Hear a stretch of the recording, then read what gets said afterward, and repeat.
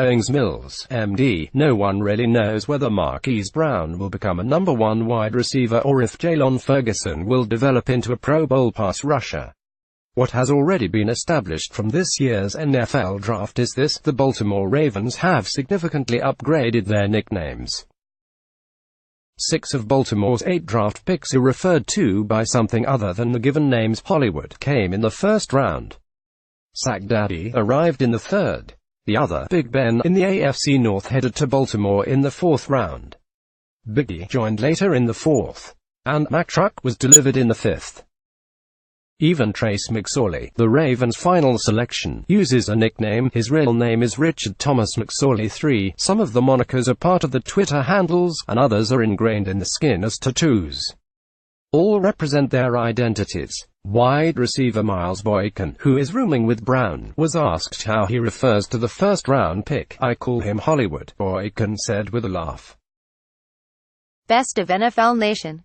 Marquise Hollywood Brown. In November 2017, Brown got behind the defense, caught a long pass from Baker Mayfield and raced to the end zone for a 77-yard, fourth-quarter touchdown in Oklahoma's 62-52 win over Oklahoma State.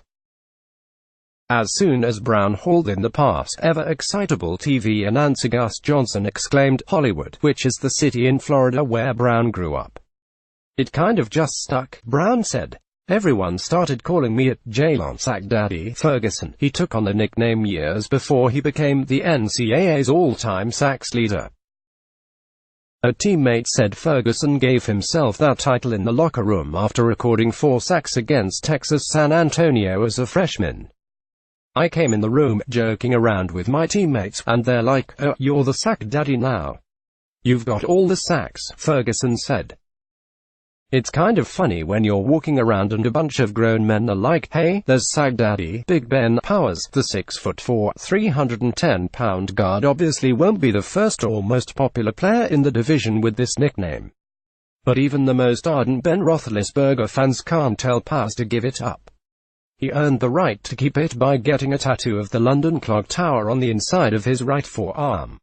It took him 8.5 hours to get it done. Let's say Powers is kind of connected to the name. Iman Biggie Marshall. Of all the nicknames for the Baltimore rookies, Marshall has had his the longest.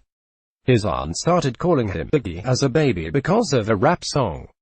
The Notorious B.I.G.'s hit Hypnotize was released as a single 2 days after Marshall was born in 1997. Now, Marshall prefers everyone to refer to him Biggie. Jaylon Mack Truck. Mack Gladewater High School in Texas began playing the Mack Truck horn on the speakers every time Mack made a tackle for a loss, and he quickly adopted it. "Does Mack drive a truck?" "No, I actually drive a Malibu, a little car," Mack said with a chuckle.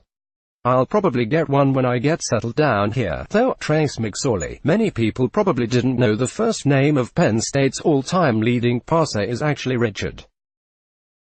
His parents nicknamed the son at a young age after watching NFL defensive lineman Trace Armstrong on TV.